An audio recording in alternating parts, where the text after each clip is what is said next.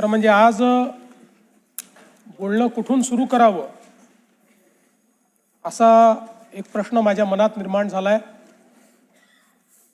एक प्रचंड वादळ मनामध्ये तयार झालेलं आहे, कारण आज सभागृहामध्ये ज्या शोक प्रस्तावासाठी आपण सर्व लोक एकत्रित आहोत, कधीच कल्पना केली नव्हती की अशा प्रकारचा शोक प्रस्ताव हा आपल्याला या ठिकाणी त्याच्यावर व्यक्त व्हावं लागेल।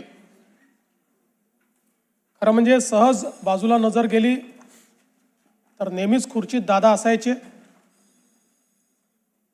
आणि सभागृहामध्ये तर सुरुवातीपासून तर रात्री उशिरापर्यंत कितीही काळ सभागृह चाललं तरी आपल्या जागी बसलेले दादा हे आपल्याला या ठिकाणी पाहायला मिळायचे। आज दुर्दैवाने ते आपल्यामध्ये नाहीत, याची निश्चितपणे खंत आहे। खरं तर यावर्षी दादांनी 12वा अर्थसंकल्प मांडला असता, पुढच्या वर्षी 13वा अर्थसंकल्प मांडून बॅरिस्टर शेषरावजी वानखेडे यांचा जो विक्रम आहे त्याची बरोबरी केली असती आणि कदाचित पुढच्या काळामध्ये महाराष्ट्राच्या इतिहासात सर्वाधिक अर्थसंकल्प मांडणारे अर्थमंत्री म्हणून दादांचं या ठिकाणी कार्य राहिलं असतं। पण अचानकपणे दादा आपल्यातनं निघून गेले आणि यावेळी हा अर्थसंकल्प मांडण्याची जबाबदारी या ठिकाणी माझ्यावर आली। खरं म्हणजे अर्थसंकल्पाच्या संदर्भात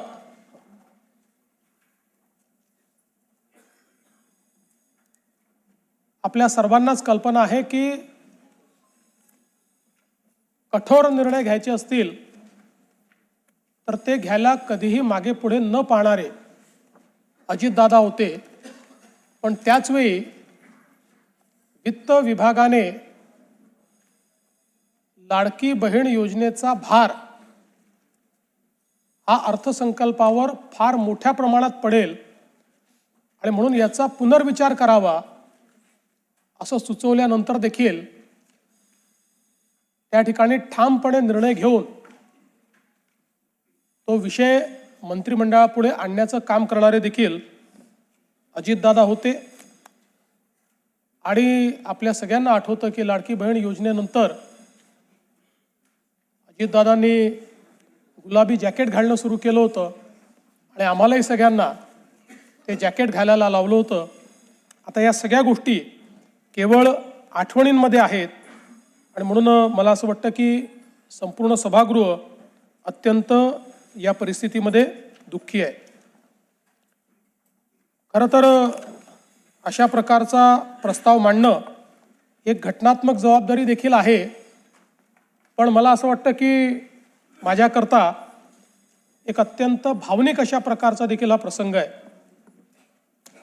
महाकवी भास यांचं एक नाटक आहे स्वप्न वासवदत्त, आपल्याला माहिती आहे, त्यातला एक संस्कृत श्लोक आहे, काष्ट गतो ही पावका काय दहती मित्र शोकस्तु हृदयमस्तीच दहती। याचा अर्थ असा आहे की लाकूड जळते तेव्हा तो अग्नी केवळ शरीर जाळतो, पण मित्रशोक हा हृदय आणि अस्थिलाही अर्थात आपल्या अंतस्थ आत्म्यालाही जाळतो। अजितदादांसारख्या एका सच्च्या मित्राचा सहप्रवासाचा असा मृत्यू होणं ही खरं म्हणजे केवळ राजकीय हानी नाही तर आपल्या सर्वांच्याच अंतःकरणाला प्रचंड वेदना देणारी अशा प्रकारची बाब आहे। आपण असं म्हणतो की काही गोष्टींवर काळ केवळ हे औषध असतं, पण तरी देखील कितीही काळ गेला तरी काही वेदना या मात्र कमी होत नाहीत। अशा प्रकारची निश्चितपणे ही एक वेदना असणार आहे। आपण अनेक वेळा राजकीय नेत्यांच्या निधनानंतर पोकळी निर्माण झाली अशा प्रकारचं वक्तव्य करतो। खरं म्हणजे ज्यावेळी एखादा ज्येष्ठ नेता आपल्यातनं ते निघून जातात अनेक वर्ष त्यांनी काम केलेलं असतं, त्यावेळी त्यांच्या निधनाने त्यांची कमतरता जाणवते, ती पोकळी नसते.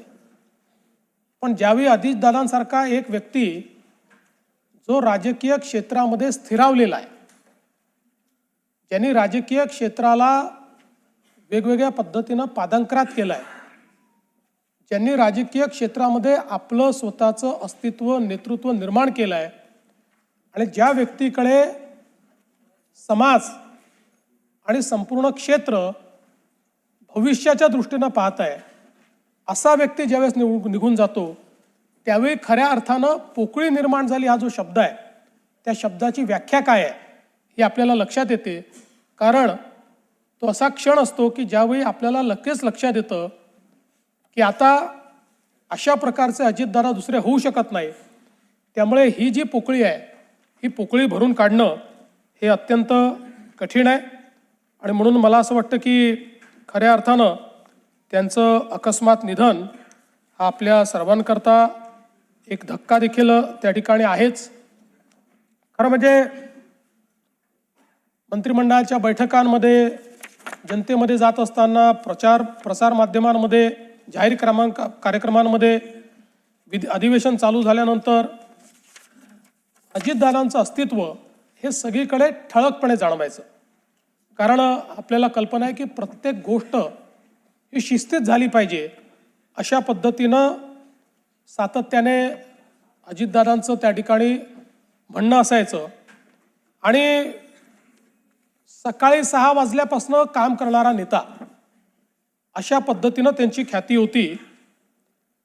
कार्यमग्नता जीवन व्हावे, मृत्यू हीच विश्रांती, हे काव्यवचन खरं म्हणजे अजितदादांच्या जीवनाकडे आपण बघितलं तर आपल्याला ते सत्य वाटतं. कारण अखंड जीवनामध्ये कार्यमग्न असलेले अजितदादा, प्रत्येक क्षणाचा नीट उपयोग करणारे अजितदादा, कुठलीही गोष्ट नियोजन केल्याशिवाय न करणारे अजितदादा, या सगळ्या गोष्टी मला असं वाटतं की राजकारणामध्ये खूप विरळ आपल्याला पाहायला मिळतात. खरं तर त्यांचा आणि आमचा दोघांचाही जन्म 22 जुलैचा. दादा माझ्यापेक्षा 11 वर्ष मोठे होते, खऱ्या अर्थानं माझे दादाच होते. आणि मला असं वाटतं की गेल्या जवळपास 1 दशकापेक्षा जास्त काळ, ते तर सोबत कदाचित उशिरा आले आमच्या, पण 1 दशकापेक्षा जास्त काळ अतिशय आमची जवळीक होती, अतिशय चांगली मैत्री होती. त्याच्या आधी देखील आमची, कारण मी 99 साली आलो, त्यानंतर दादांची ओळख झाली, संबंध आणले. पण मी असं म्हणेन की साधारण 2014 नंतर एक भावनिक नातं हे दादांशी तयार झालं. मी अनेक वेळा माझ्या मुलाखतीत म्हणायचो की राष्ट्रवादी काँग्रेस आमचं स्ट्रॅटेजिक पार्टनर आहे.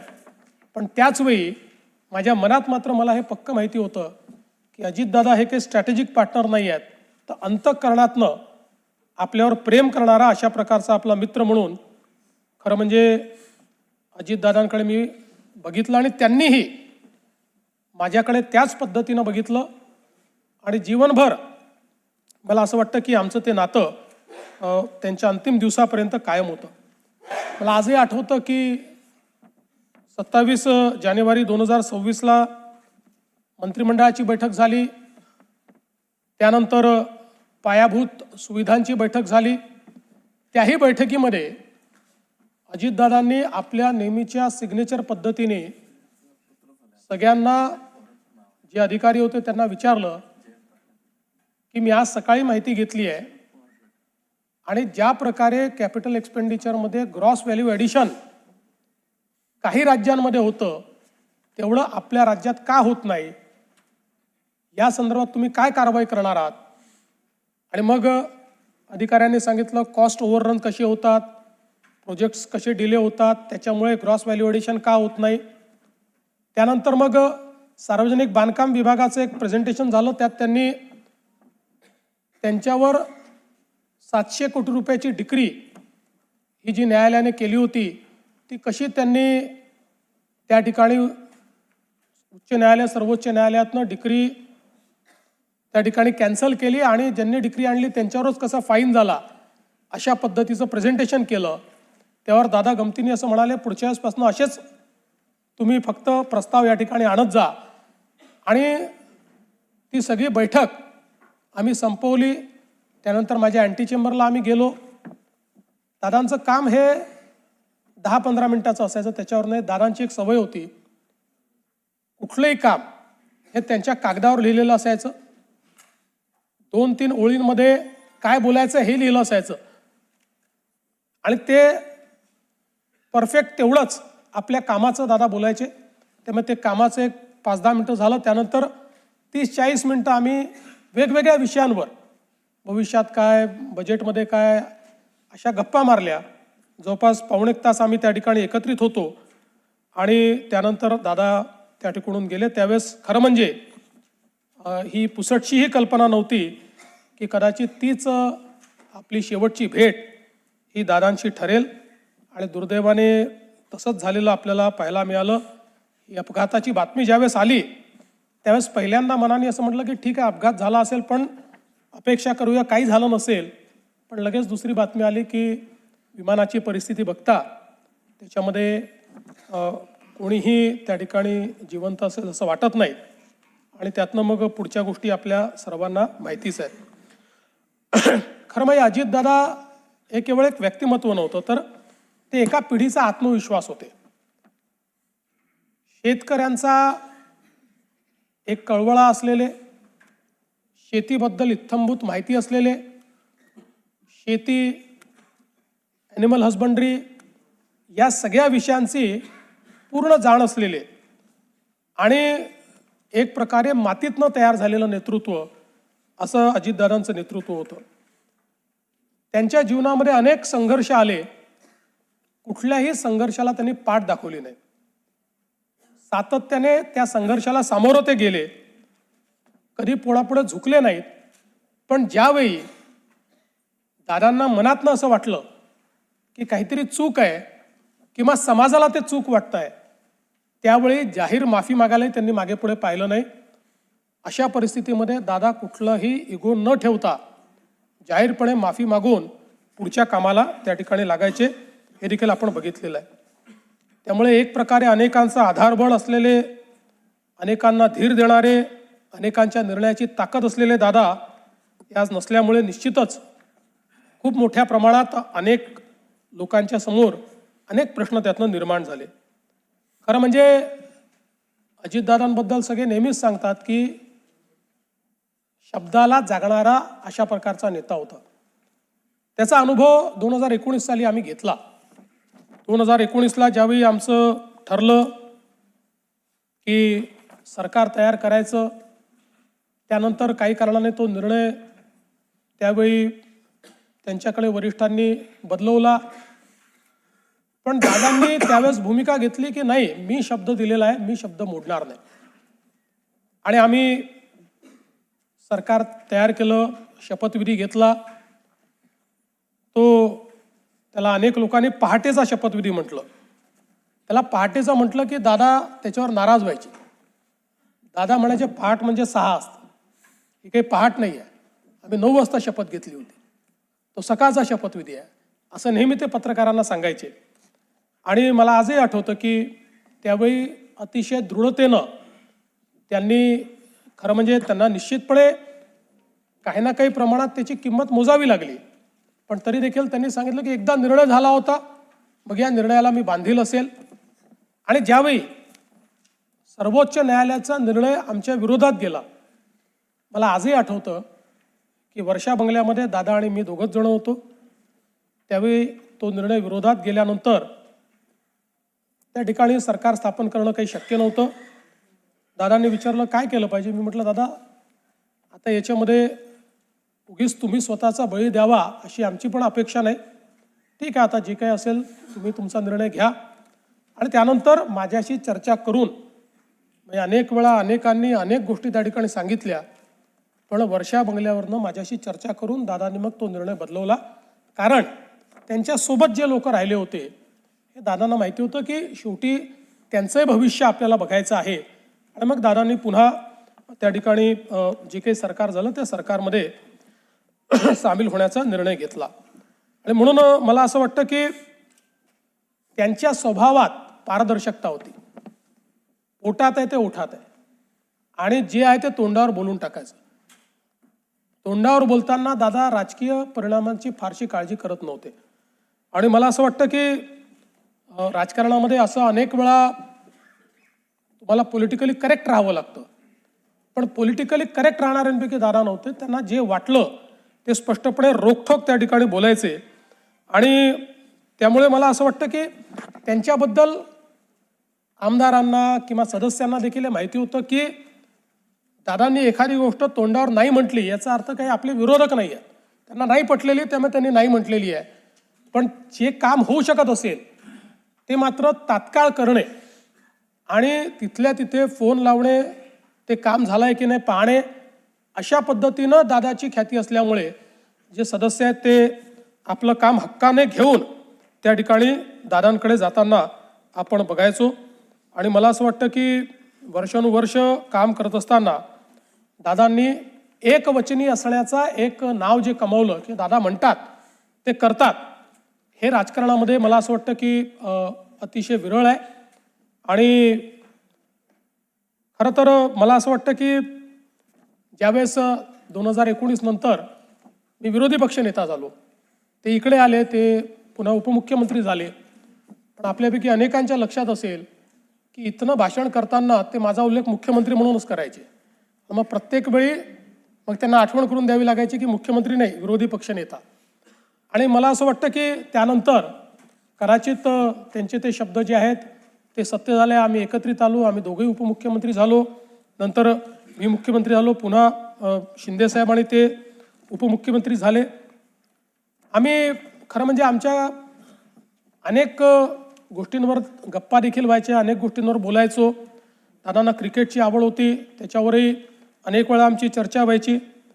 आणि आम्ही जेव्हा एकत्रित प्रवास करायचो त्यावेळी दादांच्या अनेक ज्या काही सवयी होत्या त्यात दादांना मला नेहमी आठवतं की दूध प्यायला आवडायचं. त्यामुळे आमच्या विमानात किंवा हेलिकॉप्टरमध्ये कोल्ड्रिंक असू द्या, काही असू द्या, जे कोल्ड मिल्क असतं, आणि दादा सांगायचे मी शेतकऱ्याचा मुलगा आहे, रोज हळदीचं दूध पितो आणि मला कुठल्याही म्हणजे कोल्ड्रिंक किंवा याच्यापेक्षा दूध प्यायला आवडतं.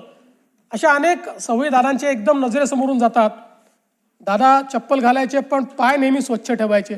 त्यांना ती एक सवय होती की बसल्या बसल्या आपला पाय स्वच्छ करायचे ते. त्यामुळे अशा ज्या गोष्टी आहेत त्या अशा आज माझ्या नजरेसमोरून चाललेल्या आहेत. पण मला असं वाटतं की त्यांच्या काही सवयी ज्या होत्या या इतक्या महत्त्वाच्या होत्या. त्यातली सगळ्यात महत्त्वाची सवय म्हणजे त्यांचा वक्तशीरपणा. कधीही कुठल्याही ठिकाणी 1 मिनिटं आधी पोचायचं म्हणजे पोचायचं. ज्यावेळी आम्ही तिघवतो, शिंदेसाहेब मुख्यमंत्री होते, मी उपमुख्यमंत्री होतो, दादे उपमुख्यमंत्री होते, 12 वाजताचा कार्यक्रम असेल तर दादा 11:59ला पोचणार, मी 12:05ला पोचणार आणि शिंदेसाहेब थोड्या वेळेमध्ये, नाही एवढं नाही पण एक 15-20 मिनटं अजून ते मागे पुढे. पण कधीही, आणि मी तर कमीत कमी शिंदेसाहेब किती वाजता निघतायत हे बघून मी त्या ठिकाणी कार्यक्रमात पोचायचो. पण दादा 12चा कार्यक्रम कोणाला याला किती वाजू द्या, दादा 11:59ला पोचणार म्हणजे पोचणार. आणि मला असं वाटतं की ही त्यांचं वक्तशीरपणा, म्हणजे सकाळी 9ची बैठक असेल, त्यांनी बोलवली असेल तर अधिकाऱ्यांना माहिती असायचं की 8:59ला दादा खुर्चीवर असणार, त्यामुळे त्याच्या आधी आपण पोचलं पाहिजे. मंत्रालयामध्ये कुठल्याही अधिकाऱ्यांपेक्षा लवकर पोचणारे दादा होते. मला असं वाटतं की मंत्रालयाची सुरुवातच दादा करायची आणि सकाळी 9 वाजता मंत्रालयात आपल्या चेंबरमध्ये जाऊन दादा बसायचे. तिथे मिटिंगा घ्यायचे, त्यांचं कामकाज करायचे. आणि म्हणून कधीही कामकाज अडलेलं आहे, फाईल थांबलेली आहे, दादा उपलब्ध नाही म्हणून निर्णय होत नाही, असं कधी झालं नाही. एखादा निर्णय जर त्यांना पटला नाही तर मात्र त्या ठिकाणी ते स्पष्टपणे सांगायचे, फाईल थांबवायचे, चर्चा करायचे. पण आपलं जे काम आहे ते काम मात्र ते सातत्याने करायचे. आणि दुसरा त्यांचा स्वभाव होता की मंत्रिमंडळात किती विषय असले तरी प्रत्येक विषयाचा नीट अभ्यास करून दादा यायचे. प्रत्येक विषयाची एक नोट त्यांच्याकडे असायची आणि त्या विषयात जर काही किंतु परंतु असेल तर तो किंतु परंतु त्या ठिकाणी ते मांडायचेच. आणि अनेक वेळा अगदी साधे विषय जे असायचे की ज्याच्यावर चर्चेची गरज नाही, सचिव उभा राहिल्याबरोबर दादा म्हणायचे ठीक आहे मान्य आहे, आणि दादांनी मान्य आहे म्हटल्यानंतर तो विषय सगळ्यांना मान्यच असायचा. त्यामुळे मला असं वाटतं की ही देखील एक क्वालिटी त्यांची होती की नीट विषयाचा अभ्यास करून, आणि नुसता अभ्यास करून नाही तर त्या प्रत्येक मंत्रिमंडळातल्या विषयाची 4 ओळींची नोट ही नेहमी दादांजवळ असायची की जी ते मांडायचे, आणि त्यातनं त्यांचं एखाद्या विषयावरची जी पकड आहे ती पकड आपल्याला त्या ठिकाणी पाहायला मिळायची. खरं म्हणजे दादांच्या संदर्भात अनेक लोक अनेक गोष्टी सांगू शकतील. त्यांच्या वक्तशीरपणाबद्दल देखील अनेक या ठिकाणी आपल्याला गोष्टी सांगता येतील. पण हे सगळं होत असताना वरकरणी दादा अतिशय कडक अशा प्रकारचे वाटायचे. पण माझा अनुभव असा होता की पहिल्यांदा एखाद्याशी कडक बोलल्यानंतर मग त्याच्याशी ते प्रेमळ देखील बोलायचे. आतून ते अतिशय प्रेमळ होते. त्यांचा स्वभाव होता की पहिल्यांदा एखाद्याला जसा मिलिटरीचा अधिकारी एकदम स्ट्रेट करतो असा स्ट्रेट करायचे, आणि त्यानंतर मात्र त्या व्यक्तीला सांभाळून घ्यायचं आणि त्या व्यक्तीचं जे काही कार्य आहे ते कार्य करायचं. हे खरं म्हणजे दादांचं आपण काम पाहिलं. पण हा सगळा वक्तशीरपणा, हे सगळं घड्याळाच्या काट्याने चालणं, या सगळ्या गोष्टी जरी खऱ्या असल्या तरी पहिल्यांदाच दादांनी टायमिंग मात्र चुकवलं. आणि ते टायमिंग म्हणजे ज्यावेळेस राजकारणामध्ये खूप मोठी इनिंग दादा खेळतील हे आपल्या सगळ्यांना दिसत होतं. अशा परिस्थितीमध्ये त्याने पहिल्यांदा जीवनाचं टायमिंग चुकवलं, आणि त्याची हळहळ ही आपल्या सर्वांना नेहमीच राहील. खरं तर दादा 6 वेळा उपमुख्यमंत्री झाले. सर्वाधिक वेळा उपमुख्यमंत्री होण्याचा मान त्यांना मिळाला. पण अनेक वेळा ते असं म्हणायचे की मी कधीतरी मुख्यमंत्री होईल पण मी उपमुख्यमंत्री मात्र नेहमी राहील. अशा पद्धतीनं अनेक वेळा गमतीने ते म्हणायचे. आज मी असं म्हणू शकतो, Ajitdada Pawar was the best chief minister Maharashtra never had. एक जो चांगला मुख्यमंत्री महाराष्ट्राला मिळू शकला असता तो अजितदादांच्या रूपानं आता आपल्यामध्ये नाही. आणि